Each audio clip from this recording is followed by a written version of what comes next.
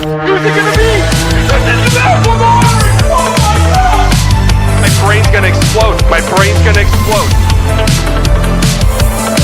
There's something sinister afoot, absolutely.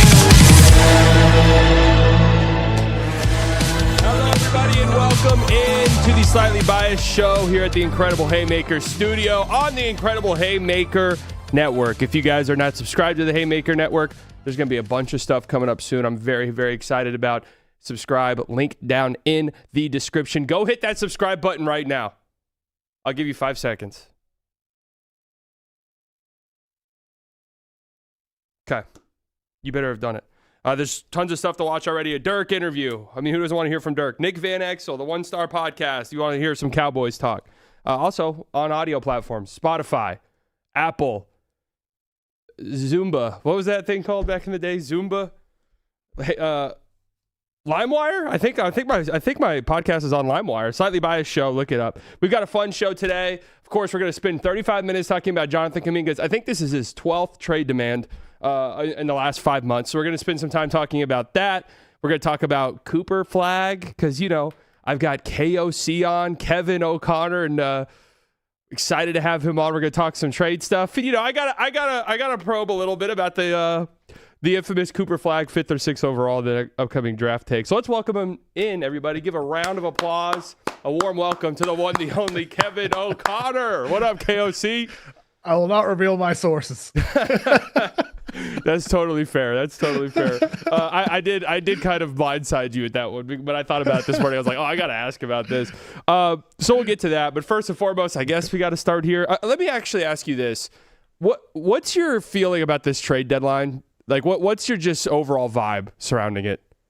It seemed pretty quiet. It's with the sources I talked to until this week. Things feel like they're picking up a bit now. You're hearing like little bits of things about teams trying to make teams around the edges, Minnesota with Rob Dillingham and things of that nature. So teams do seem to be getting more active in their conversations with now 3 weeks and change until the trade deadline. And so I think it could be fun. I think it could be a fun deadline. We're not going to get a explosive, massive blockbuster in the middle of the night necessarily, but I think there could be some fun active trades, and it's all going to start with, we'll see with Kuminga now. Yeah, I mean, I kind of feel like this is going to be a very boring trade deadline, and a lot of people think that the new CBA and stuff has killed the trade deadline, where I don't agree with that, really. I think the trade deadline's been explosive for, the last 5 years, like super explosive. I just think it's this perfect storm of there not being, like, a lot of real interesting star players that are realistically available.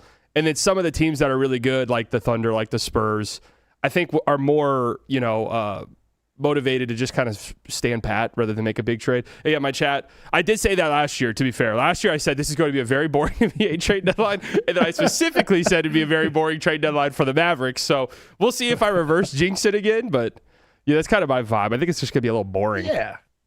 Could be. I mean, but is a Trey Murphy trade boring for the masses? Yeah, but for NBA geeks, I think it's a pretty big trade. Like if Herb Jones goes somewhere and names like that, those are names that aren't the biggest of names, but they could make a difference in the title race depending on where they end up landing. Even with San Antonio, I mean, they have like a Jeremy Sohan, a salary like that they could try to use. He's a young guy. He's shown some stuff. There's teams that can make moves around the edges and with some potential moves that could slightly change the finals race and their odds of making it deep.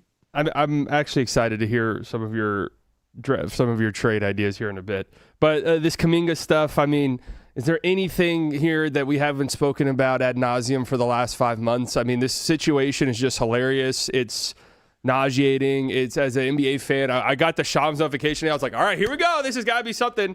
And then it's another Jonathan Kuminga update. And I just don't understand how many different times can one guy demand a trade? Haven't we already had this discussion like 5 separate times? I mean, what is he going to do next, right? I don't know. Walk into the room and start making threats. I just don't know how many times he needs to request a trade at this point. I guess this is the official one. This is the only one that actually mattered, considering he's actually now trade eligible. But what is there to talk about that hasn't already been talked about with Kuminga? I don't know. I mean, I think this story is just strange. It's ugly. I mean, this is a guy who, what was it, a couple weeks back in a game against the Atlanta Hawks, he had an opportunity to play, and then he comes down with some injury before the game, and he's a DNP, and his agent Aaron Turner is posting links to highlights. It's all so very strange. Every bit of it. And ultimately, though, it still feels like there's a good amount of teams that actually have interest in Kuminga. And you kind of get it, right? Slightly. I mean, he's been it's a misfit with Steve Kerr. And there's other teams that are like, well, this is a 6'8" athlete. He's explosive. We'll put him in a more traditional role. It can work. And so it's all just so very weird how it hasn't worked for the Warriors, how he doesn't want to even make an effort to make it work. And yet a lot of other teams seem to actually want him. Yeah, and like the Mavs, Shams mentioned the Mavs in his report today as a team that's interested. I don't really get it. It doesn't really fit what the Mavs need, in my opinion. I'm not bullish on paying a guy like Jonathan Kuminga the amount of money that he's probably going to want, because he's completely unrestricted, isn't he now, since he took that 1-year deal? Well, he took a 1 plus a team option. Right. So next season, the team that acquires him will have a lot of power. And like, well, either this guy's a rental, we're just going to let him go, he's going to walk, or we'll just get another year for him for, I mean, 25 million is not too bad. Right. Of a salary for a guy like him. But ultimately, you ever watch Curb Your Enthusiasm? Yeah, I've seen it. Yeah. Okay, I mean, like, there's this episode where Larry David talks about foist. Like, he had an assistant who was foisted onto him. Somebody who talked, oh, this person's awesome. They're a great assistant. And they turned out to be horrific. And he's like, you got foisted. Yeah. It feels like the Warriors are trying to foist Kuminga onto another team. Draymond talking about, oh, he's been such a great teammate through all this. Helping pause as he comes to the sidelines, frustrated with minutes, and Kuminga's there saying to him, "Oh, you're fine. You'll find a rhythm, buddy." It's like, no, they're trying to foist him to another team. This is the guy you're gonna get. It's like, well, this is the guy. His actions speak more loudly. Yeah. I just don't buy any of it. And ultimately, if I were you as a Mavericks fan, I wouldn't want him. Yeah, I mean, I don't think he's a great fit with Cooper, and it's all about fitting with Cooper. Yeah, exactly. I mean, the Kuminga stuff to me just feels like, hey, if AD goes to the Warriors, like, we're getting Kuminga, just prep yourself for that. I did find there was another report today that was like, hey, the Warriors are like cool with keeping Kuminga if it comes down to that. It's like, oh, really? Really? The last 5 months have told us otherwise. So yeah, just, that was the big news from today. I don't know. The Kuminga stuff is just, I'm so done with it. I just, has a player of that caliber dominated trade talks for this long ever? Like, it's been like a whole calendar year of Kuminga trade stuff. He's a very mid player. Did you see the today Warriors World? They tweeted out that they heard the Warriors were not happy with an unnamed player who, I guess the player and his crew were taking bags and bags of catered food home after games. And I did see this. You saw that? So Andy Liu, the great podcaster of Light Years Ahead, quoted it and said, can confirm. And then Bernie Lee, the agent of Jimmy Butler, quoted that jokingly, I think, saying, if you think I'm not going to take home my body weight of oatmeal raisin cookies, like, then don't invite me. I've heard that the actual player, it's not Jimmy Butler. I've heard the actual player is Kuminga's crew. So this is just Kuminga one way or another. I'm leaving here with something. I'm leaving here. Yeah, heard the Warriors are not happy with an unnamed player recently. Apparently, the player and his crew were taking bags and bags of catered food home after games. I've heard that it's Jonathan Kuminga's crew. Well, okay, but maybe we can reframe this as Kuminga just isn't a believer in food waste. So all that food that would go away, he's actually, and we don't know what he's doing with it when he leaves. He could be donating it, maybe. He could be. I mean, Draymond Green has talked about how such a great teammate he is and good guy. If I was Kuminga's agent, I would turn around and be like, hey, you guys don't know what we're doing. That we could be taking it to a food bank. But you never say you are taking it. You could say we could be taking it to a food bank. You guys have no way of confirming that or not. It's a great response. That's what Aaron Turner and Kuminga and the crew should be saying. I agree 100%. And I said if I was Nico's agent, one of the things I would have played into the conspiracies. I would have told him to play into the conspiracies if I was Nico's PR guy. Don't outright, say, yes, we were told we'd get the first overall pick, but just be like, hey, I told you guys, be patient. Didn't he kind of do that with his quote? You know, He did it's all kind of part with of the plan vision. or whatever, right? Yeah, he did. He With did the a little vision, bit. yeah. But that would have played into it a little bit more. So I gotta probe a little bit about the infamous report that you had earlier in the year that said some execs believe that Cooper Flagg, I'm kind of paraphrasing, so please feel free to jump in and say the real quote, but that Cooper Flagg could be the 5th or 6th pick in this upcoming draft. It is a loaded draft. I mean, to be fair, DeBonza was incredible last night, and I don't watch college basketball at all, but I watched some of that game. He's unbelievable.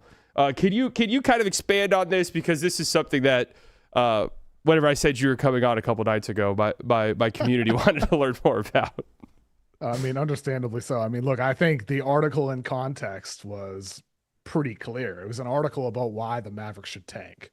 And I was using the great potential of Cooper Flagg as a reason to explain to Mavericks fans who may not care or follow the draft at all, to say, hey, there are a lot of executives who think there's at least 3 guys that could be taken ahead of Cooper, with Darren Peterson, a guard out of Kansas at 6'6", Cam Boozer, a 6'10" big man out of Duke, a do-it-all big, and then AJ DeBonsa, who, as you mentioned, a 6'9" wing there, who can play across positions, defend multiple positions, handle the ball, do a bunch of everything.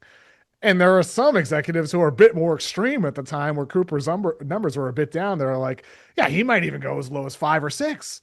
It's really just, someone shooting from the hip. But in the context of the article, when I wrote it thinking like, oh yeah, this is just like an example for Mavericks fans to understand that there are some people that really view this draft that highly. Not just with the big 3, but guys behind them, a Caleb Wilson type out of North Carolina, someone who is being used like Giannis in college. Not going to be that in the NBA necessarily, but a lot of people are very high on him. But Mavericks fans will get it. My point, that they should tank, try to get another top player to pair with Cooper Flagg, have 2 superstars moving forward.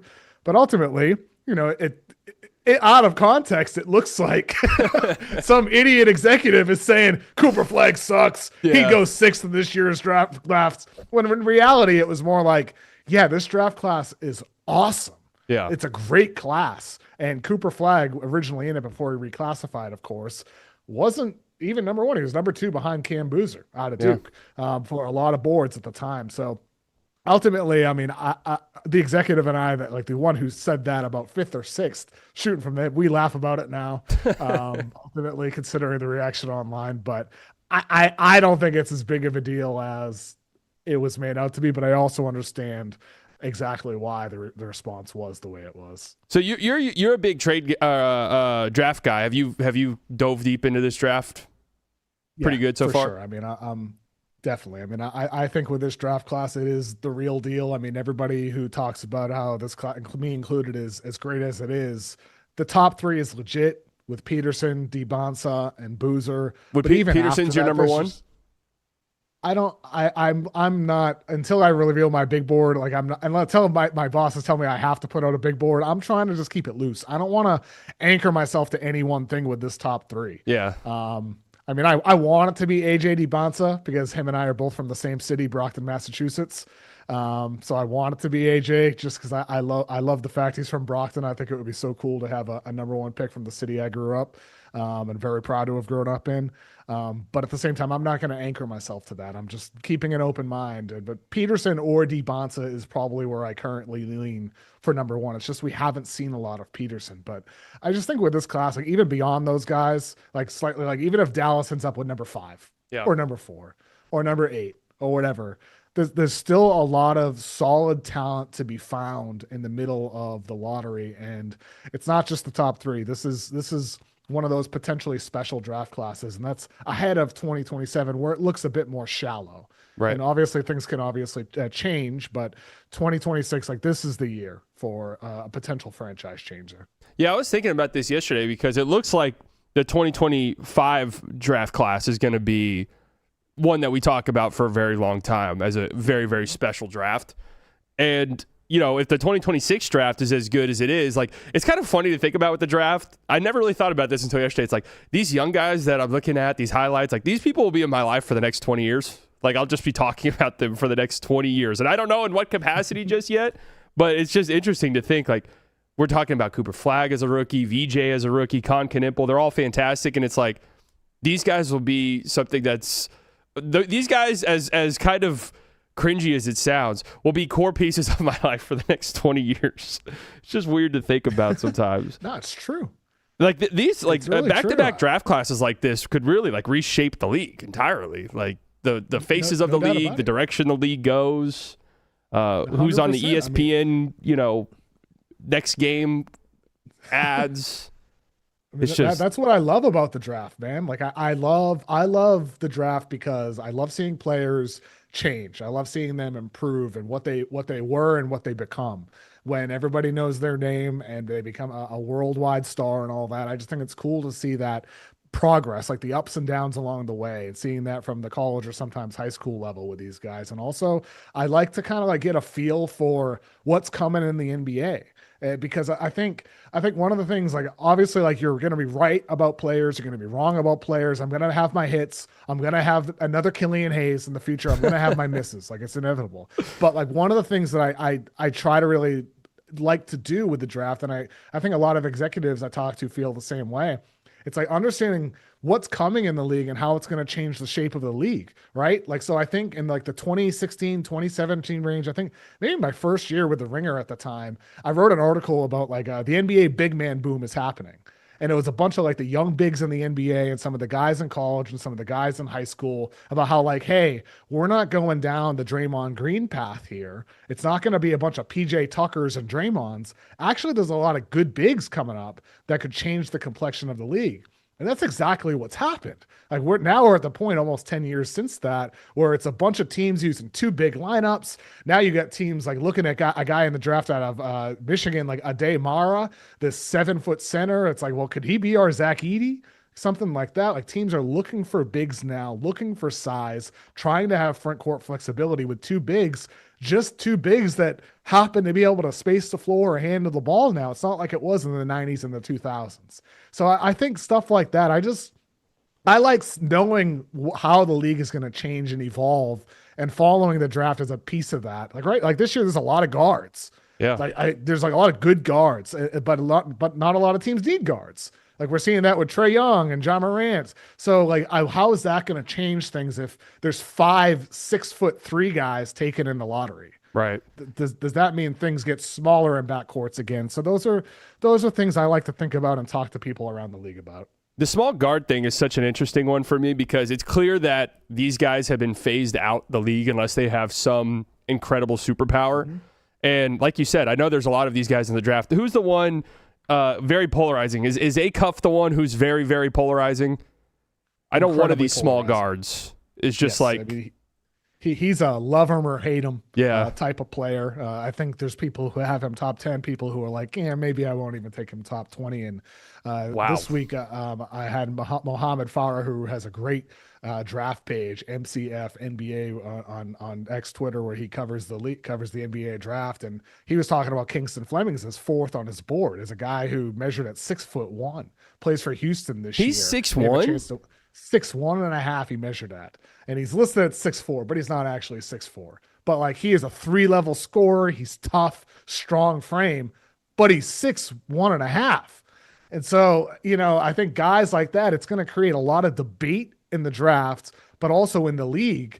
Guys like Reed Shepherd and Rob Dillingham, there's ups and downs early on in their careers. Scoot Henderson, some of these smaller guards. Yeah. Cason Wallace at 6'2.5".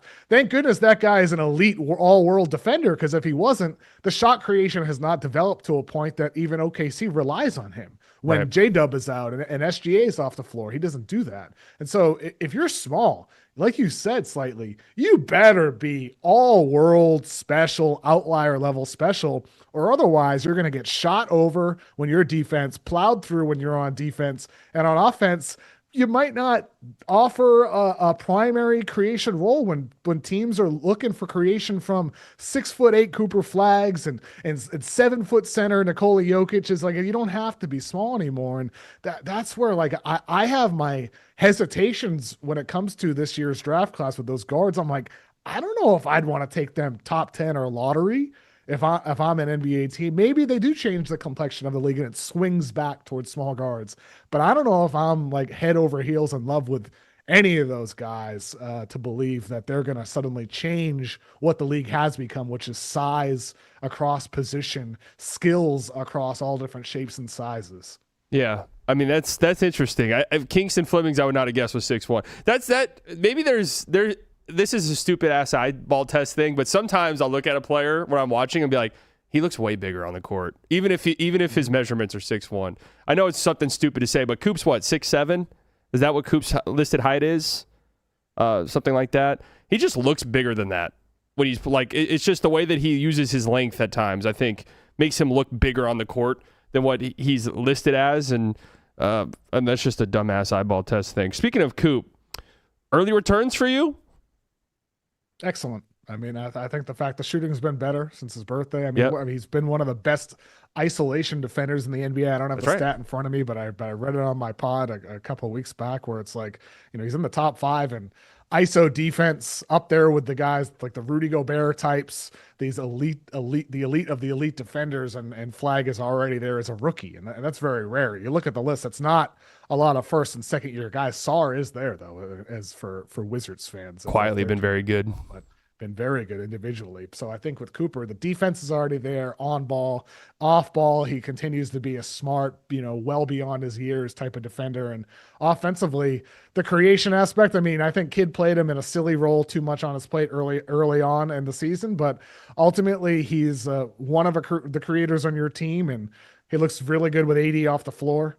The shooting, if the shooting is there, this guy's going to be like a 38 and 6 guy for a decade if he's a 40+% guy from 3, like he was after he turned 18 at Duke, like he has been. I'm pretty sure he's still over 40% since he turned 19 with Dallas. Yeah, there's just a stud, man. I mean, like the thing we joked about earlier with where he would rank in this year's draft class, I think there's a chance he would still be number 1. Yeah, Draft class personally. Cooper, he's special. Yeah, I think it's hard because you're comparing Cooper, who we've already seen in the NBA be good, with college guys who you're still projecting. But yeah, I mean, he's just been unbelievable. I mean, this draft class really, like, Coop has been awesome. VJ is special player. Khan, I mean, I don't even know what's going on with Khan Knippel. That guy never misses a shot. It's actually unreal. And then just there's so many 40-90 pretty much. It's a rookie. I mean, there's the Coop.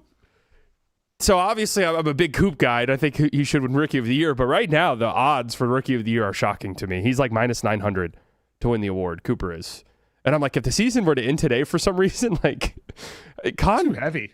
You're looking at 50, 40, 90 from Khan, and it's like, this is just kind of insane that a rookie is shooting like this on like good volume. I mean, the odds are kind of strange to me too, because I do think, if I'm betting who would eventually win it, it would be Cooper. But I think right now it's pretty much 50-50 today with Flag and Khan. And it could end up being Khan. Like, there's no saying if he won't improve as the year progresses, just like Cooper is seemingly improving as the year goes on as well. But I mean, with Khan Knippel, man, like, it's so funny. Like, when I interviewed him last year for my podcast, he said to me, he's like, I love to play like Klay Thompson. It's my favorite way to play. I love to play like Klay and Jimmy Butler.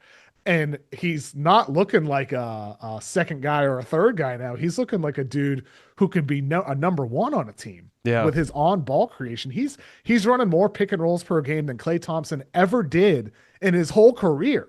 And I know that's in part because Klay Thompson was sharing the floor with Stephen Curry, but Colin Knippel sharing the floor with LaMelo Ball and Brandon Miller and Miles Bridges. I know it's a different type of thing, and I know the Warriors also didn't run a lot of pick and rolls historically with Steve Kerr's offensive system, but that's the point. Like, Khan is showing so much just as a rookie, more than just a shooter, an off-ball screen guy, movements off of handoffs. He's looking like a creator for your team. And I think it's just amazing, again, like with the love for the draft aspect, seeing these guys just like show these skills that develop so suddenly. VJ Edgecombe with Philadelphia as well. I mean, these are the third and fourth picks of the draft behind Dylan Harper, who had a good start. But like, if the Spurs could redraft today, they might take Con Knippel or VJ Edgecombe instead of Dylan Harper. That's how great this class has been so far in the top 4. It's amazing. I was a giant early returns, very early returns on Harper. I thought, oh my Lord, this kid's going to be so special. His ability to get to the rim whenever he wants is unreal for a rookie. It's been a little concerning the last the last month. The shot is just so, the shot needs to get there for him, and it could, but his ability to get downhill is just unbelievable. Yeah, Coop for me, man. Like I think Khan's got a lot of book in his game. I don't know. Do you see something like that? I like the book comp. I think that's a really good comparison. Where it's not like crazy athleticism or anything, but he just gets to his spots whenever he wants, really, it feels like. I think like a Booker crossed with Clay. I know that sounds outrageous, but I think he's a better pure shooter than Booker, but maybe not quite the creator that Booker is. Like somewhere in the middle of Booker and Clay, which is an elite player. Yeah, that is an elite player. That's an all NBA level player. The dude's gonna be a star. I mean, I almost think like he looks so good that if I'm Charlotte, I'm looking to make space for him to get him more touches. But at the same time, you still want other guys who can handle the ball. So maybe don't go too crazy. There's been this thing I've seen on Twitter, this idea that Khan is so good already. The Hornets will almost certainly get another pretty good, lottery pick this upcoming draft. Could they be a sneaky AD team? I saw someone toss that out there, and I was like, huh. If next year they want to be good.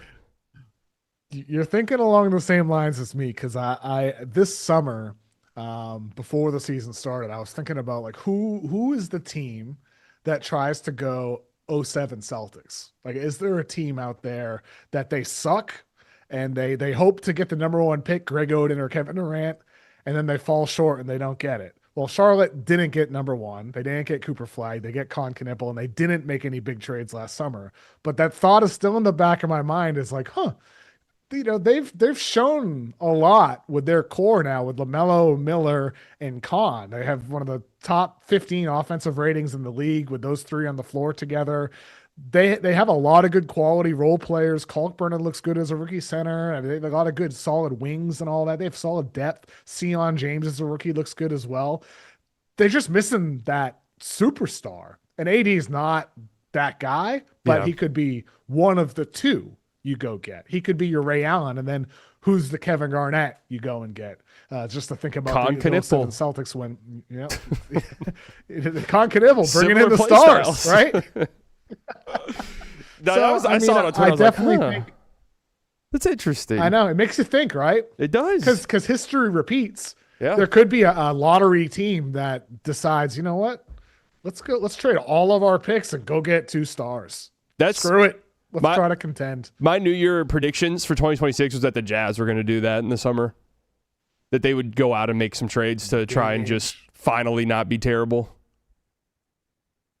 But I just don't know if they got the blue chipper young guy yet. Yeah. I mean, Keontae George is coming along really, really well. He's just so bad on defense, and I love him. I really do. I know. I really do. None of those guys play defense. Again, it's pretty hilarious. Slightly small guard, right? Yeah, that's right. Like even with the Knicks, right? Jalen Brunson, this is the best case for small guard, all-world offensive player. They suck defensively when he's on the floor, and it's very possible come playoff time, he might be the reason why they're not able to get past the Pistons or even the Celtics if they get Tatum back and some of these other teams in the Eastern Conference. It might be because of Brunson's height on defense. And so same thing we're talking about with all these teams at different trajectories. The young Utah Jazz, you're talking about Keontae George's defense, the proven contending New York Knicks with Jalen Brunson. It's a thing for everybody, no matter what place you're in the NBA. Are you a little concerned with this Knicks rut? Yeah. I still think it's so funny, the Karl Anthony Towns thing that happened yesterday with him falling, yes, just slipping and staying down, and then he had an opportunity to grab the ball and he didn't because he was still on the floor. And Knicks fans were just ripping him apart all night. I saw the post about it. I still saw them this morning, people posting about it. Like, they hate him. They hate Cat just as much as they did Julius Randle. Yeah. And Cat's had a pretty good year, like defensively. He's been pretty solid defensively as a perimeter guy playing next to Mitchell Robinson, and probably his preferred role defensively. And it's just like this I just don't know if you can trust Cat personality wise, the way he operates, and then Brunson, I don't think he can trust the lack of size. And so, no, yeah, I am worried about the Knicks, especially given the fact that the Pistons look legit. Yeah. Given the Pistons that have all of their future picks, they have Tobias Harris, Jaden Ivey. They're going to look to make moves. Given that the Celtics are probably going to get Tatum back, and I don't know. I thought the Knicks would be the team in December, and then ever since then, maybe it's a little bit of recency bias. Yeah. But ultimately, I'm concerned. It is important to note that these January ruts happen. Like it's easy in the moment to freak out, but would we be surprised if the Knicks win 10 straight games in March and it's like, yep, this is the clear-cut best team in the East? No, that wouldn't be that surprising. So I guess we'll see. But yeah, I have seen the Cat. To me, it's the Cat stuff would be the one that would be their downfall in the playoffs, right? Because we know at least Brunson will go out and you know what you're getting in those final 4 minutes of a game. Give the ball to Jalen Brunson and get out the way. Cat's the one where it's like, I do not know what I'm going to get tonight. Nobody could. Cat doesn't even know what we're about to see tonight. So we'll see. Maybe they need a trade, which segue us into a fun little segment I wanted to do. We're going to go draft style. So the idea behind this draft, we pick a player that we think is going to get traded. And we also pick the team that we think they might get traded to. Now, we don't have to do the rundown of what the trade package would look like or anything complex like that. But just a player we think is going to get traded, the team they'll get traded to. We get a point if we get the player right, if the player does get traded, and a point if we get the team right. So we can circle back to this to see who won. I've got some fun names listed. I thought about maybe doing it like if the player made an All-NBA team, you get an extra point, just as like a incentive to maybe throw some star players out there. But there's just not a star trade market, I don't feel like. So since you're the guest of the show, I'll let you go first. What's your first pick? Are we able to repeat players, or like if I say a name, can you say the name to a different team, or no? Like once the player is said, they're gone off the board. Great question. Let's ideate here. I have enough to sort of survive, I think, if you take a player of mine, and we can just kind of discuss it as you say it. Great, cool. Trey Murphy to the Warriors. Whoa, okay. I'll lead there. I think they're gonna make a move. I think everything they say, they're lying. I think when Steve Kerr and Draymond and Stephen Curry all say, "Oh, we need to keep the picks. We need to think about the future." I think it's all BS. I think that they are connected. They've been together for over a decade, and it's all coordinated. It happened last year, and then they're in for Kevin Durant. Obviously, they had to give up multiple picks for Kevin Durant. He just didn't want to go there. And then they get Jimmy Butler for cheap. They're doing it again this year. Kerr saying, "Oh, we need to think about the future. We're not going to give up our picks." They're going to give up the picks because Stephen Curry is still one of the 10 best players in the whole world right now. He's having one of the most efficient high-volume seasons of his entire career. And the number one guy that should be on their board is Trey Murphy from the New Orleans Pelicans, who is available, who just is going to take a significant amount to get him. I think the Warriors are doing everything possible to build a package to go get Trey Murphy. And so that's my first pick in the trade draft. Interesting. I agree with you 100%. The Warriors are going to do something. What is that? I don't know. I do think they're an AD team. Like, I think they're kind of at that level because I agree with you 100%, despite what they say, there's no way they're not going to be desperate at this trade deadline because you owe it to Steph. If you're not going out and making a move, your team's nowhere near good enough. They know it. This is one of the weirdest things where they're just openly like, the coach of the team is like, yeah, we're just not going to compete with the Thunder or the Warrior or the Spurs. And then Jimmy last night was like, yeah, we're a mid team. Like, it's just, what is going on in there? Like, they're not cool with this. So yeah, I do think they'll make a move. Trey Murphy's interesting. I had Trey Murphy going to the Spurs on my list here, because the Spurs are a little bit different than the Warriors, though, because they could feasibly just be like, hey, we're a little bit ahead of schedule. Like, we want to see what these young guys do in the playoffs before we make any crazy moves. Similar to the Thunder a couple years ago. As they should. If you're the Spurs, like, why would you not go get Trey Murphy? Yeah, that's what I'm saying. Victor Wembanyama, go for it, man. Like, you don't know, like Wemby, all the injuries he's had, you don't know if he's going to be in his prime at 27. This could be his prime. True. You got to go for it when the window's open. Yeah, 100%. I agree. I don't like this whole, we're going to see our team, and you already made the move for Fox. So you already have kind of, and Fox is young, but you already have kind of made a move to contend. It's a great opportunity for you, and they need shooting. Like, Harrison Barnes has been struggling terribly bad lately. I think that'd be awesome. And Trey Murphy's on such a friendly contract. You know what? He's 27, so he still matches any timeline for the next 4 years. So interesting. Trey Murphy, the Warriors. Only 25. He's 25. Yeah, he's 25. I know. Jeez, man. Yeah. Maybe I've been too harsh on the Pelicans because lately I've been like, why would the Pelicans not trade Trey Murphy if a team's giving you 2 or 3 first-round picks at this point? 25 is interesting, and on that contract. Okay, I'll go next. All right, I'm trying to decide if I just want to go with my big one first. I'll stick with the Warriors, and I'll just read some tea leaves happening here. I'll go Daniel Gafford to the Warriors. It's not as flashy as Trey Murphy. It obviously wouldn't cost as much as Trey Murphy, but I do think they need a big. I think they need a big with some athleticism, and Gaff kind of checks the boxes, and there is like a Kuminga Gafford trade package that makes some sense if that's something the Mavericks actually want.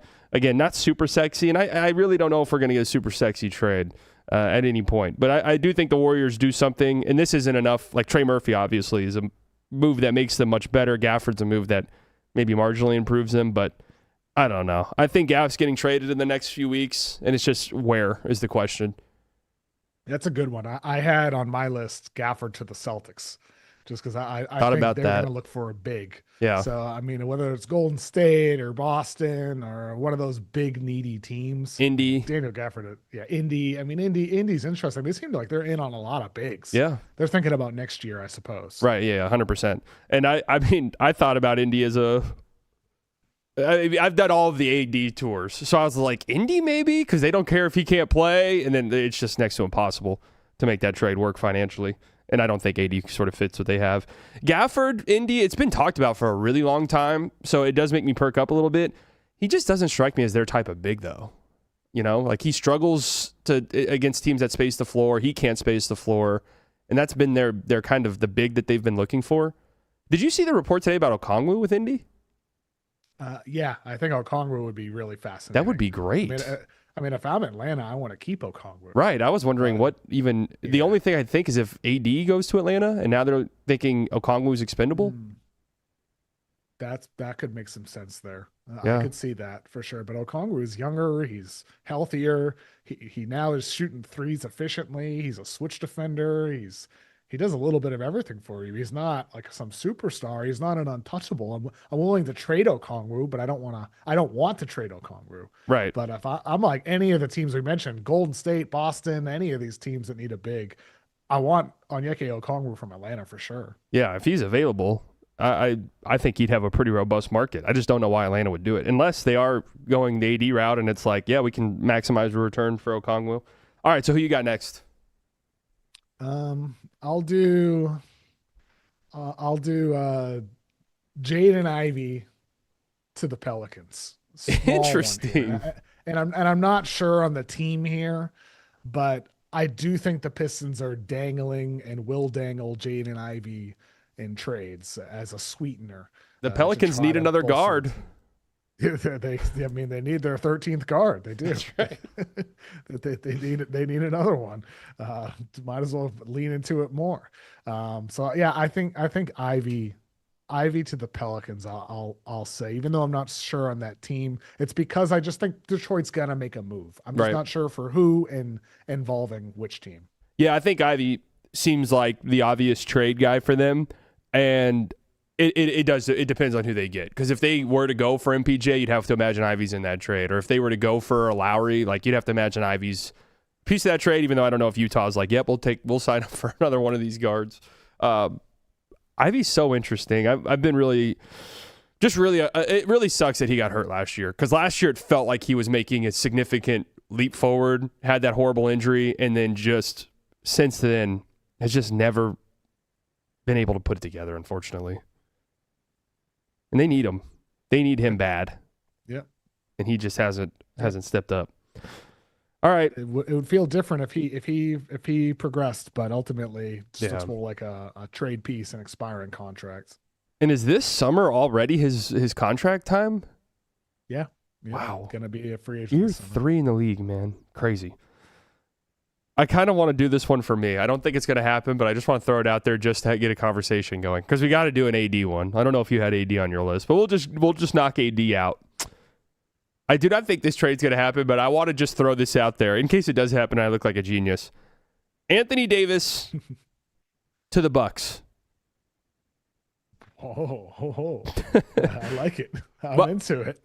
The thing is the return's bad, but could it be, and I've already done like a 3-team thing where it's AD goes to the Mavs, Miles Turner and Kuzma go to the Mavs, and then the Mavs reroute Miles Turner to the Bulls for Vucevic. The reason why I think it could happen for Milwaukee, they're not trading Giannis getting traded in the next few weeks would be shocking, right? Whether or not they should or not, I don't know. They're currently the 11th seed in the East, and it's not very encouraging. Like, there's no real reason to think for certain that they're going to improve enough to really make leaps and bounds in the standings. The reason why I think it could happen, they don't own any of their picks for the next 5 years, right? So if let's say you do trade Giannis in the summer, you at least still have AD. It's why I thought they could have been an interesting trade team, because at least you still have something. And then in the Eastern Conference, you could say, well, we have AD still, and now we just traded Giannis for a bunch of picks and even some rotation guys. We could still be a somewhat competitive basketball team, even if we're not a contending team. I wouldn't be surprised if the Bucks do something kind of sizable that sort of shocks us a little bit. I actually like the idea. Yeah, I mean, thank you. I mean, there's not a lot of teams that I think should. Yeah, I think make it happen, John Horst. There's not a lot of teams that I think should trade for AD. It's a pretty short list. Yeah, the Bucks would be on that list where, like, from the perspective of we are desperate. Mm-hmm. I mean, we gotta try to make it work. Yeah, they make some sense for AD. I mean, in the same way I sort of feel about with Ja Morant. Like, I thought about them with Ja too. It belongs on the list, even though I don't love the fit necessarily. I see the appeal from considering Milwaukee's unfortunate circumstances that they're in right now. Right. I think them being a buy low team for one of these distressed assets is interesting to me. And if you're the Mavs, obviously there's no like young guy coming back here that's really interesting, but if you could get a future Bucks pick, I mean, those have to be some of the more valuable assets that could be obtainable in the whole league. Even if it's a swap or something. Yeah, even like this year, the swap in 2025, I know like the Bucks, Atlanta has the rights to the higher pick between New Orleans and Milwaukee. But if the Bucks could trade their pick this year in a swap with the team, like let's just say it is with Dallas. Does Dallas have a second first round pick this year? I don't think so. No, right? They just have theirs. They don't. The only pick they have from someone else is the one first they got in the Luka trade. Yeah, so in that case, the swap wouldn't really be too beneficial for Dallas. But regardless, I mean, I think for the Milwaukee side of things, that swap this year, like if they're trading with, I don't know, the Knicks or one of these teams that are picking in the 20s, that swap could be pretty valuable. Do you think AD gets traded? I do. I'm about 70-30, 70 no, just because of the injury. Yeah, I mean, the fact he's not getting surgery, I'm sure that's playing into the possibility of his decision. I mean, try to increase the odds of being traded so you opt not to get surgery. Interesting. I didn't look at it that way. You know, even if he were to decide to get surgery at some point, it could come after the trade deadline. Well, turns out I have to get surgery. Yeah. But you might increase your odds of getting traded if a team feels like you have a chance. It's not like there's already a history of AD getting traded while injured and then coming back a little too soon and then missing the pretty much the rest of the year. Yeah, we know about that. I'm super interested about the AD stuff because we'll see. I mean, speaking of Milwaukee, you think what? Giannis next to no chance, right? Yeah, I think he stays for the season. Yeah, but at the same time, like things are weird, man. I know it's all so weird. They're getting booed. Yeah, it's really bizarre. Rightfully so. They were down 31 points to no Ant, no Gobert. Yeah, crazy. And I actually went back and I watched that game. I got to be real. I thought Giannis was dreadfully bad, and I thought his effort level defensively was jarring. Like if you want to tell me that you're not going to demand a trade, that's one thing, but if I watched that game, I would not come to the conclusion that you're super bought into this team. And in his defense, that team is terrible. But, I mean, that was just an effort level couple nights ago where I was like, geez, man. Then the boo stuff, like, the vibes are just so bad. I'd be shocked. This time next year, what do you think the odds are Giannis is on the Bucks? I'd say he's on a different team. Yeah, I think so as well. I would bet on that, but I don't think I would, like, I'm in this trade draft. Like, spoiler alert, I'm not going to put Giannis on another team. I just don't think it's going to happen. But at the same time, like, in the back of my mind, I am thinking about, well, the quote after the game about, nobody should be telling me how to act. I've been here for 13 years and I'm basically the all-time leader and everything. It's like, what the hell? Like, what are you talking about? Why are you being so defensive? I know. Nobody was booing you specifically. It was the team as a whole. And the quote about, I'll never demand a trade, and the walk and talk he did with Sam Amick over at The Athletic. It's just all so strange. And ultimately, like, I've been, like, ever since this first broke back in December, I've felt that Giannis doesn't want to be the one to ask for the trade. He wants the Bucks to be the one who decide to make the trade. Right. I think that's what he's trying to angle it to be. Like, he doesn't want to be the one to break up the relationship, whatever his reasons are. Yeah. Try not to be the bad guy, whatever. But I think that's what it is. And there's a lot of people around the league who believe that's exactly what it is. Yeah. And so the Bucks could always say, you know what? Screw it. We will trade him. That's what could happen before February 5th. I could see that happening more so than Giannis asking out. That would be so interesting if the Bucks just said, all right, we're done playing these games. We're just going to go for it. Don't you think they should? Shouldn't they at least think about it?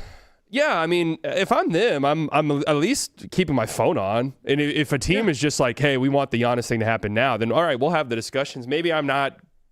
Well, I say that. I mean, if this were a 2K thing, then yeah, I'd look at my situation and be like, okay, we should just trade Giannis now and maximize return. Obviously, with just the business side of things, that's stuff that always goes overlooked, where it's like, if I'm the owner, I'm like, what does the next 5 years look like for me if Giannis is not on this team? We're terrible. I don't have picks. I don't have anybody on the team currently to even sell my fans on, which is why I thought the AD and the Ja Morant trade stuff was interesting, because it's like, at least I could have those guys in the event I do trade Giannis.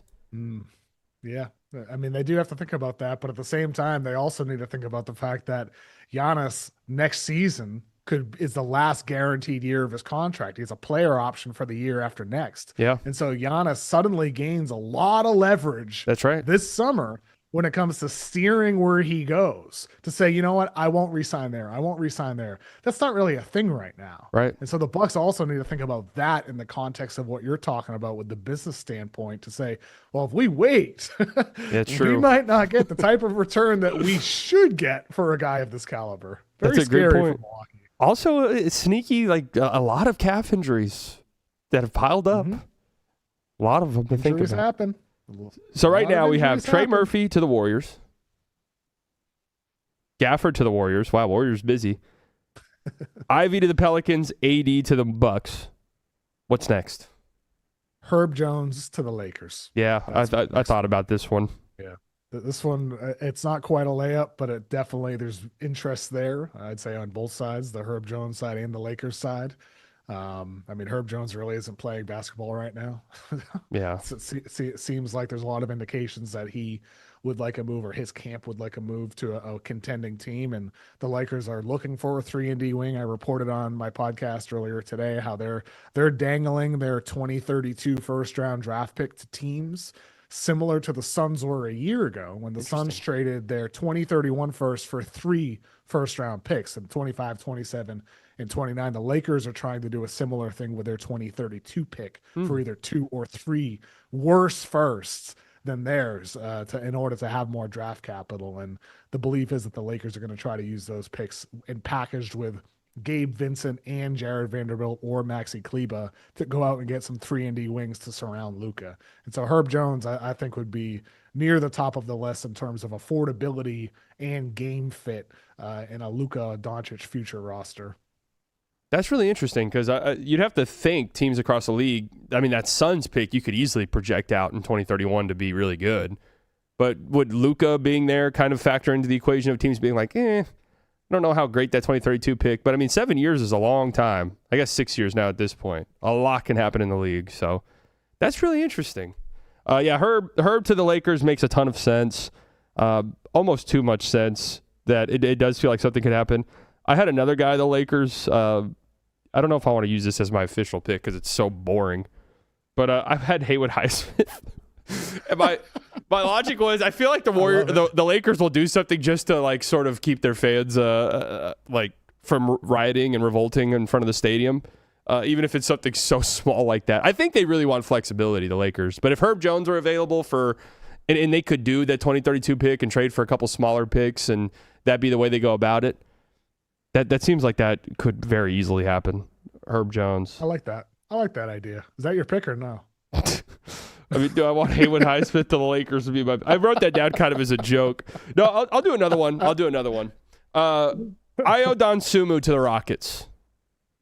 Ooh, that's a fun one. I like that. I think Ayo's sort of in this weird state. He's got I believe, restricted free agency coming up.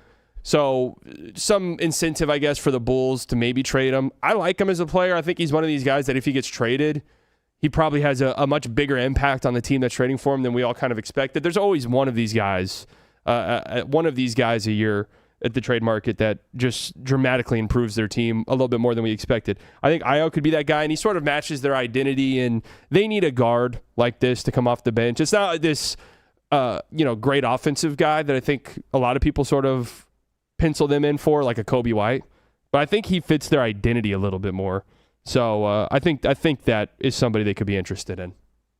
I like that one. I mean, that makes a heck of a lot of sense for Houston. I mean, I'm sure Udoka, as picky as he is with the players he's given minutes to in that backcourt, he seems to not like Reed Shepherd so much. He has a thing for Aaron Holiday. He really likes Josh Okogie. Loves Aaron Holiday. Dosunmu, yeah, I mean, he loves Aaron Holiday too much. I don't get it, but I mean, if I'm Rafael Stone with the Rockets, I'm trading Aaron Holiday away. So he just stops playing him. It's like, I got to get rid of this guy. I have to get rid of him. Well, might have just cut him. Get rid of him. So he has to play other guys on the roster. But Dosunmu feels like somebody who Udoka would really like with his defensive-oriented style, and he can do a lot offensively too. Yeah, and I'm actually, the Bulls are the Bulls, so they rarely ever do trades. I mean, they're one of the teams in the league who trades players away the least around the trade deadline. But they're kind of at a weird impasse right now.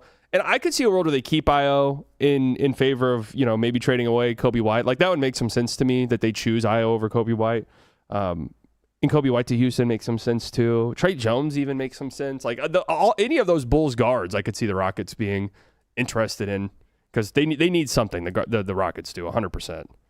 Yeah, I mean, I think with Houston, the team just feels there's just like something fundamentally wrong now. I mean, I think their defensive identity has sort of fallen apart. I think with Şengün, he has not been quite what you would have hoped for, especially in man-to-man defense on switches. He's getting roasted, both statistically and with the eye test. That's been apparent. Statistically, he's been one of the worst ISO defenders in the whole league when he's pulled out on the perimeter. And part of that, I think, is the KD leadership aspect as it was in Phoenix and Brooklyn. And part of that, I think, maybe Udoka's voice isn't being heard the same way. And then offensively, they've gone away from, like, Point Şengün earlier in the year. And they've gone away from Reed Shepherd, which was looking good. It just feels like Udoka's throwing darts out there. Like, he doesn't have a great feel for this roster.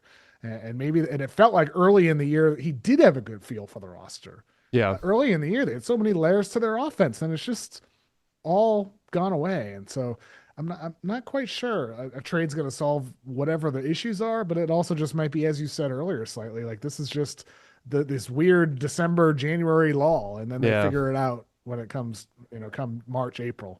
Yeah, I'm not like overly concerned. Şengün was out a few weeks, and then I think they had a 5-game stretch where it was one of the worst 3-point shooting stretches in the history of the league over a 5-game stretch.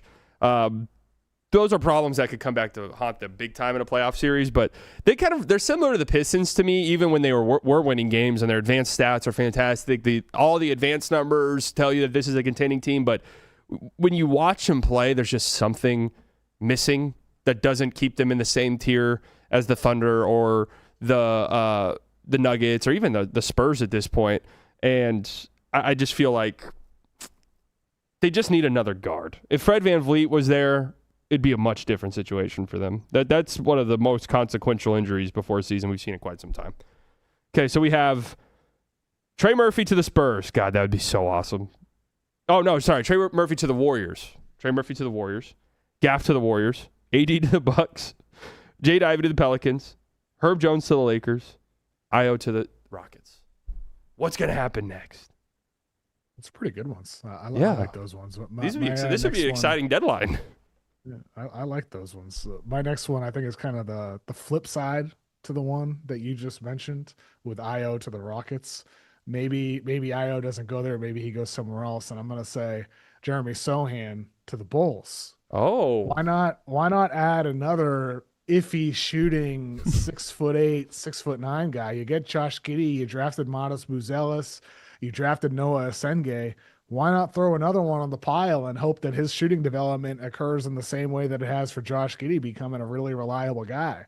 I know the Bulls liked Sohan pre-draft, so I think maybe that they could still have a thing for him. And there's a number of different guys that I think would appeal to the Spurs on the Bulls roster. Dosonu, White, just to name a couple. But I think, I don't know the team, but I do think the Spurs should be shopping Sohan around, and the Bulls would make some sense as the potential landing spot. That's interesting, man. Yeah, Sohan kind of fits what they have in some ways with these forwards that can play make a little bit, and like you said, have some three-point shooting questions. But yeah, Sohan's a really interesting one because that's an interesting buy low guy. Where if you are a team like Chicago or, if you're a team like the Kings or something, these are guys that you should be circling in an effort to maybe you buy low on and they develop. And if they don't develop, then so what? Like I still love the Cam Whitmore move for the Wizards. It's not going to pan out. Cam Whitmore doesn't look like an NBA player for a bunch of different reasons. But I like the thought process behind it of just like, yeah, we'll take a stab at this guy. And if it doesn't work, it doesn't work. Do you think his value is so low that a team could just get him for next to nothing? Or no, I don't think it's that low. But I do think it's definitely fallen off a lot since we saw Point Sohan a couple of years ago. Yeah. So, I think the Spurs at this point, like they have so many guys that can handle the ball too. They should be looking to flip him at home. And Sohan's camp, I'd also want a move to a team. And that's why Chicago probably wouldn't be the best fit. I can't quite put my finger on what team would be perfect for Sohan, considering some of his limitations. You're right, though, with what you said about like the Whitmore types. Like I think the Suns, they're another team kind of in that category. Yeah. The Suns should be looking for some of these buy low guys who haven't quite worked out in their situations. I'm sure that might be why they had interest in Kuminga last summer. But like I'd be using the Nick Richards contract, $5 million expiring, to go get one of these guys on the end of their rookie deals who haven't really panned out and just say, you know what, screw it. Maybe he's our guy we take a flyer on and he ends up working out. A lot of teams should be thinking along the lines you described. Yeah, that does make a ton of sense. These guys are always so interesting because it really is. It's like any team in the league could really go after them. I'm trying to decide if I want to go. So I do think the Thunder actually need a trade, and they've been very unwilling to do so, but they're in this just weird. They need shooting so bad. I do think they could be a sneaky Trey Murphy team. I think we could get a sneaky Thunder big trade, just because this last few weeks for them have been a little alarming. And the 3-point shooting almost cost them a championship last year. And I think you're really, really risking it if you're going to say, yeah, we can survive 2 straight playoff runs with bad 3-point shooting. I thought about maybe a Trey Murphy trade for them. Just seems a little too rich. What about Sadiq Bey to the Thunder? Oh, get like a big Bey. Forward. This is kind of something they need. That's an interesting one. I haven't thought about Sadiq Bey just being hidden in New Orleans. Like nobody talks about. Been Sadiq pretty Bey, good considering the Trey Murphy. Hey, solid. I feel like I'd want a more reliable knockdown guy if I'm OKC, but it's worth a flyer. He's cheap. Yeah, cheap. Why not add him to the depth chart, perhaps? I wish. In my community gives me a lot of shit because I appreciate the Thunder. I wouldn't say I'm a Thunder fan. I'm a Thunder appreciator. I respect what they do. I've been a Shai Gilgeous-Alexander believer for a very long time, so I just take my victory laps, and my community mistakes that as me being a fan of the team, when in reality I'm just gassing myself up for my Shai Gilgeous-Alexander takes I've had for so long. But I do think they deserve – I think they need to make a trade. Like, I really do. They got the assets, and they're in this weird predicament now with Lou Dort, where if you just watch them play, it is so clear that Lou Dort has lost a step defensively, on top of the guy is so unreliable offensively, and teams are honing in on that. And that lost him a playoff series against the Mavs, when the Mavs were like, yeah, whatever, Lou Dort can shoot threes. We don't trust his percentages. I even remember at the time there was a stat where it was like Lou Dort's catch and shoot 3-point percentage was fantastic, but the moment you closed out or the moment you force him to dribble, they cratered. And I think this could be a year where they try and maximize maybe some of the goodwill Lou Dort has across the league to flip him in assets for like a real legitimate upgrade. It'd be an interesting idea for OKC because they look fine without him. They just beat the Spurs with Aaron Wiggins starting without Lou Dort, and everything worked out great defensively for them. They had Caruso defending De'Aaron Fox. He did an awesome job. They played Kenrich Williams more minutes. He defended Victor Wembanyama a ton of the time. J-Dub did a good job defending Wemby as well. They doubled Wemby more often than they did in the first 3 games. So I think OKC, if you're looking at their assets to flip, Lou Dort makes $17-18 million. You could trade him for a guy that makes less, or trade him for a guy with a little bit more to make more money, like a Trey Murphy type, if you wanted to splurge and give up some of those assets. And like, I'd go that route if I'm the Thunder. I'd go that route, the Trey Murphy, let's cash in some of these picks and really bolster our odds more so than just a Sadiq Bey type who may not even play. Yeah, true. He just might not play in a shortened playoff rotation, like come in the conference finals, NBA finals. So if I'm the Thunder, like, I agree with you. I don't think they need to make a trade to go back to back, but I think they should make a trade to increase their chances of going back to back. Why be complacent? Yeah, Trey Murphy would also fit personality wise in OKC. I just don't think you should be complacent when you have an opportunity to do something so special. And I even push back. Like, I see Thunder fans who are like, why would we risk trading for Trey Murphy? It's like, dude, he's 25, which was a shock to me. I could have sworn he was 27. Yeah. 25 years old, making what, like $30 million a year for the next 4 years? I mean, you're getting like an unreal contract, and a player who I do think is a teeny tiny bit overrated by like some of the big time nerd communities in the NBA sphere, but a very good player. I mean, a top 80 player at the very worst, at like space the floor from 30 plus feet. Like, I'm just imagining Trey Murphy on that Thunder team, and it is disgusting to even think about. So we've gone 4 rounds deep. Let's go one more round, and then we'll call it a day. None of us have chosen Kuminga yet, so I think I'll go with Kuminga now, and I'm gonna be boring, and I'm gonna say Kuminga to the Kings. Yeah, it feels like that this is what it's always been. It's always been destined to be, and that this is what we'll end up getting in some iteration. Kuminga to the Kings, and they put the ball in his hands, and they don't win many games. Yeah, and by the way, that could be in a multi-team trade scenario. Like, it's not necessarily like multi-team. They're getting Malik Monk or something, the Warriors. So, yeah, it does feel like that's where we're destined to end up. Which, I can't say I hate too much for the Kings, because they're one of these teams that we talked about where it's like, yeah, if you can get some of these guys and take a stab at them and maybe it works out for you. The only thing is he's already making $22 million, and you're going to kind of have to commit to paying him $20+ million, which I'd just be out of the end. Like, I just wouldn't want in that business. But it's the Kings, so they've been flirting with him for his whole career. It feels like. Well, why not? Maybe Sacramento should go get Ja and Kuminga. Just that would be. It's interesting. The Kings are the funny team. Go get AD too. There you go. What can we get for Zach LaVine for AD? Straight up. No, it's funny that the Kings are always brought up in these. And I was like, they've made some stupid trades for sure. Like, they traded away Halliburton, traded away Fox. But have they now I'm thinking about it, they made the LaVine move, the DeRozan move, the Sabonis move. Yeah, I mean, why not go get Ja? Do you think Ja's going to get traded? Yeah, I do. I tried to have him, but he's really difficult to figure out a team for.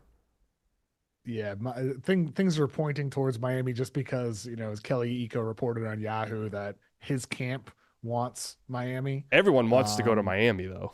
Everybody wants to go to Miami, but is interest mutual? And how many times have we seen this story with, Heat connected to this star point guard, Russell Westbrook, Damian Lillard, and they don't land that star point guard. And it ends up being for the better.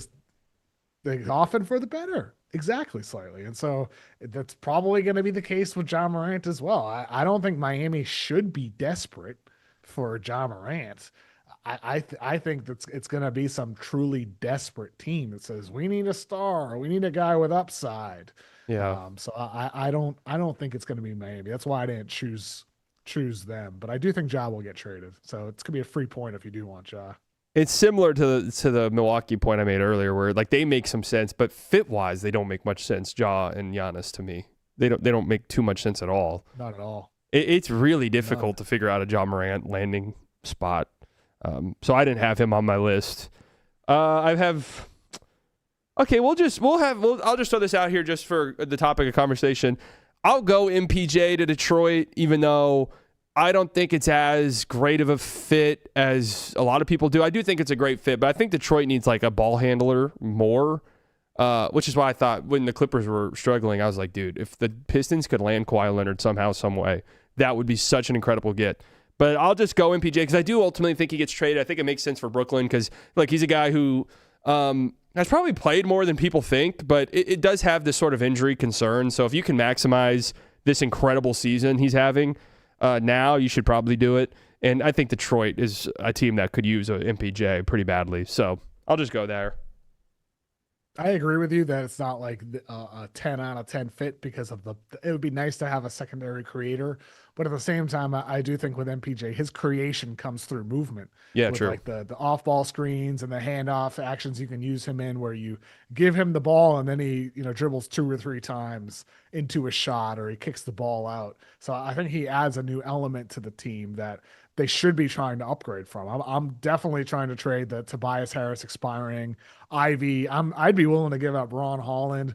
Again, like the window is open for a contending team to go to the NBA Finals, and once you're in the finals, you never know what can happen. And for Detroit, I think they should be going for it, go all in. They have all of their future picks.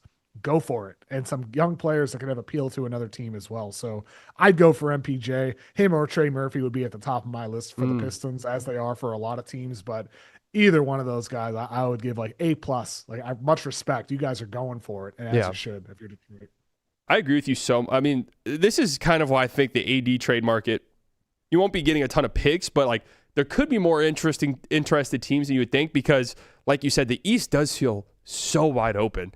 And like you said, all it takes is just making the finals and a little bit of luck because nobody would pick any of these Eastern Conference teams against the Thunder or the Nuggets even. Maybe not even the Spurs if one of those 3 teams made it out the West. But if one of those teams makes it, and I mean, knock on wood, you never would wish this, but somebody gets hurt in game 1, now all of a sudden it's like, oh my God, we just won the NBA Finals. Like the Pistons are the 1 seed. I've seen Pistons fans who are like, we can't trade Tobias Harris because he's like the main guy in the locker room. It's like, dude, that's bullshit. I'm sorry. If you have the opportunity to really improve your roster, like, come on, give me a break. Like, is your locker room that flimsy to where it's like, if we trade Tobias Harris, it will be a chaos in this locker room. There's no way Tobias Harris is the main guy in that locker room. That's what those reports are. That's the guy. same thing with the Spurs with Harrison Barnes. Like, well, he's a locker room guy. It's like, well, sometimes you got to cut bait with these guys. It's absurd. Like Tobias Harris is a solid veteran. He's a great guy, a great person. But he is an expendable piece for a team with championship Very aspirations. expendable. Very expendable. So, all right, I like our draft. I mean, this would be a fun trade deadline if all of these guys do end up getting moved. Now that we're talking about it, like, okay, I'm pretty pumped. Anybody on your list that just rattle through real quick that didn't make the draft cut? Zubats. I'm just fascinated by the idea of what the Clippers would do. I mean, you talked about it in the context of when they sucked. Yeah. Well, go get Kawhi Leonard. Can you imagine? I mean, what about in the context now? They're winners of 11 of their last 13. Kawhi Leonard is one of the 5 best players over the past month in the NBA. Harden's still really good. 2-way guys. Kobe Sanders looking great. Jordan Miller, Yannick Conan Niedenhauser, their rookie center, has been really good in limited minutes. Like, I think this team with Brook Lopez finding his way on the roster as of late, Yannick Conan Niedenhauser looking good, John Collins looking very good as well. Suddenly Zubats, who has been nowhere near as effective as he was last year defensively, and his offensive role has been alleviated considering the emergence of Kawhi Leonard again, the reemergence of Kawhi, and considering Harden's role. Zubac suddenly at 17, $18 million is a pretty tradable piece. Yeah. And so I'm fascinated to see what the Clippers do with their two future tradable picks and Zubac as a tradable guy. I think the Clippers should try to make an addition here using that Zubac piece, as valuable as he is. Trade him to a team that needs a big, like a la Boston was the one I had on my list. Zubac to Boston and Simons to a third team, and then Clippers get something that makes sense for them. And maybe it is Simons, but for something that makes sense for the Clippers, and just, go for it. Make this one of those magical years where it starts off so horribly and the allegations and all that, and just try to go through all the adversity and go try to win it all. I think that's what the Clippers should try to do. Yeah, it's funny you said the allegations, because I remember at the time people were like, "This is not. People will not forget this," and it's like, no, people have pretty much all forgotten it. Nobody cares really anymore. Like nobody really cares anymore. Because it was at the time, it was like they cannot sweep this under the rug, and now everyone's like, yeah, whatever. News just moves so fast in the NBA, so man. Oh man. Yeah, No, it's interesting. You mentioned you think that they should trade Zubac in an effort to improve now, instead of like, hey, let's recoup some future assets and stuff for Zubac. Yeah, maybe that too. But you got Kawhi Leonard, you get James Harden, and especially given the way Kawhi's playing now, he's been unbelievable. Offensively, 50, 40, 90 type, and then defensively, they have him playing off ball in a playmaker role. He's flying around. Like it's probably not going to last. No. He's probably going to get hurt again, because like he always does. But maybe he doesn't. Maybe this is the year, like it was in Toronto, where he soldiers on and he's got a little limp as the playoffs go on, but he plays, and he plays effectively, and he gives you a shot. Anytime he's playing at this level, you get a shot. And so I think the Clippers should be going for it now, as is the case with basically every team we're talking about. I mean, Detroit, Golden State, Boston. I think these teams should be going for it, be aggressive, try to make a big move. San Antonio, make a move. The window's open. It's really hard to go back to back. Nobody's done it for 7 years, and there's no guarantee Oklahoma City is going to be the team to break that streak. And we saw them go to Game 7 against a Nuggets roster that's worse than the Nuggets roster this year. They went to 7 games against a Pacers team that nobody thought had a chance. So they're not unbeatable. They're not. And so teams should be going for it right now and try to win a championship. The window's open.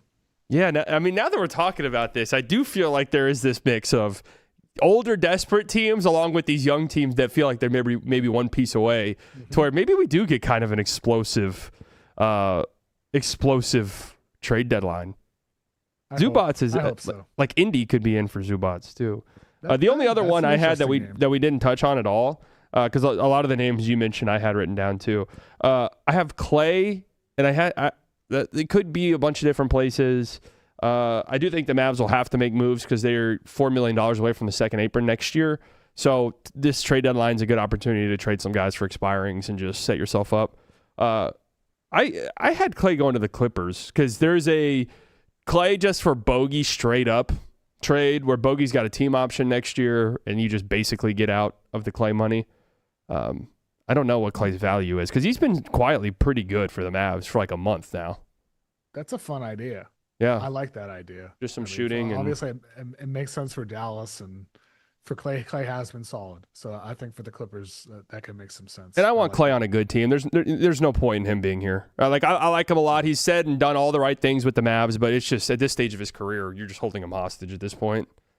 I 100% agree. 100%. I mean, Dallas should be blowing it up around Cooper. Just build the optimal franchise around Cooper Flag, and having old Klay Thompson is not part of that equation.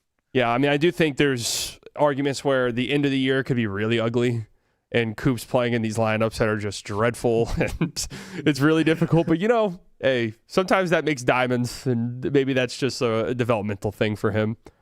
Yeah, and also, the guys you get back, let's just say it was the Bogdanovich deal you mentioned. It's not like he's a horrible, ill-fitting player. True. He's kind of in the image of what you might want as a two guard in the future, as a rotation guy next to Cooper Flag. So I think it can still make sense in the context of player development and trading away veterans. What happened with OKC? They sucked. Some of these teams that win the finals, they used to suck.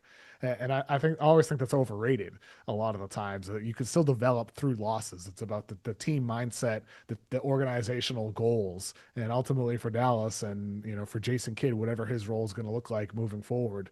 It's all about Cooper Flagg, the GM. Yes, it's all about Cooper Flagg.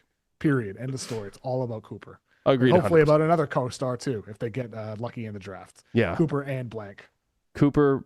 Yeah, I think Cooper's a perfect guy to have to build your identity around because, like we mentioned earlier, he kind of does it all. He's got an incredible motor. He tries so hard defensively, and sometimes too much, where he's like overhelping, and that's kind of been a problem for him that you see a lot with rookies like this, where in college they're used to being able to, I can help off my guy here, and then you realize, these are NBA players who are the best in the world at what they do. So, yeah, I think it sucks for the Mavs. They're one of the most boring watches in the league from a team perspective outside of Cooper Flagg. They're just dreadfully bad to watch. But these are the fun times with the young players where there's not a lot of expectations. We get to watch Cooper Flagg just grow. So I'm excited about that, though.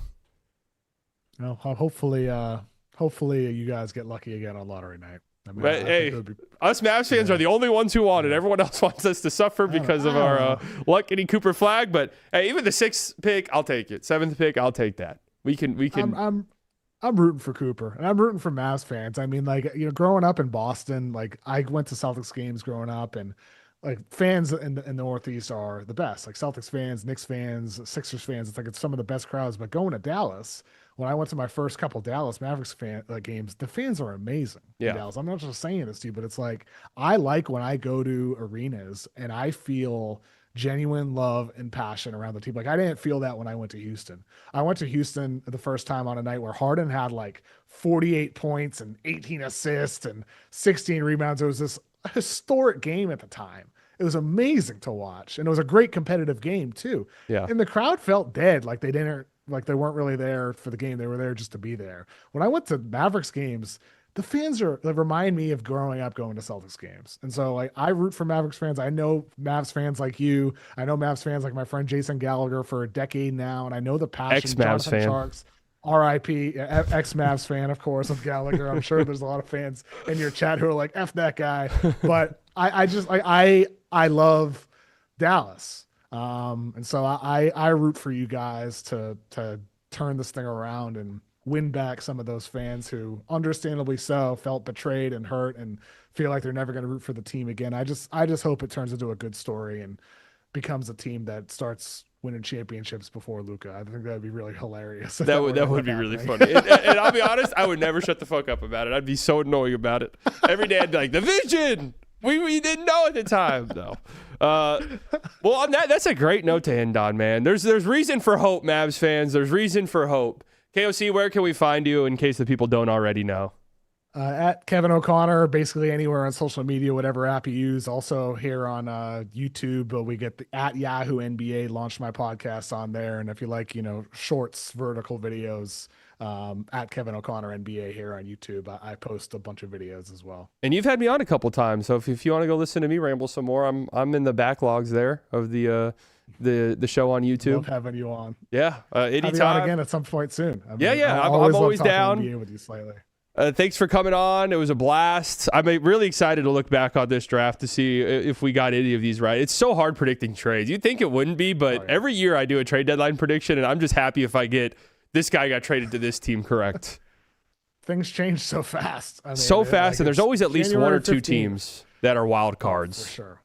Definitely. There's always teams that come out of nowhere. And I think we had a couple wild card teams. You had OKC's kind of a wild card, and the Bulls, these teams, some of them never make trades. So we had some wild card teams on there, and we'll see what happens. I'm sure a lot's going to change in the next couple of weeks. Oh yeah, I mean, stuff might change in the next hour. You never know with the NBA and the trade deadline. Well, thank you so much for coming on, man. It was a blast. Would love to have you on in the coming months to revisit this. Thank you all for tuning in. If you're not subscribed to the channel already, make sure you do so. Make sure you subscribe to Haymaker Network. Link down in the description. We'll be back on Tuesday, I believe. Trade season's ramping up, so we're going to have a lot to talk about. I'll be live on my channel tonight for the fucking Mavs Jazz game. Woohoo. We might, who knows? Who knows what we talk about there. But anyways, thank you all for coming out. I love you all. You guys enjoy the rest of your Thursday.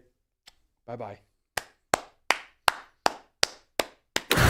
Who's it gonna be? This is Lamar! Oh my God! My brain's gonna explode. My brain's gonna explode. There's something sinister afoot, absolutely.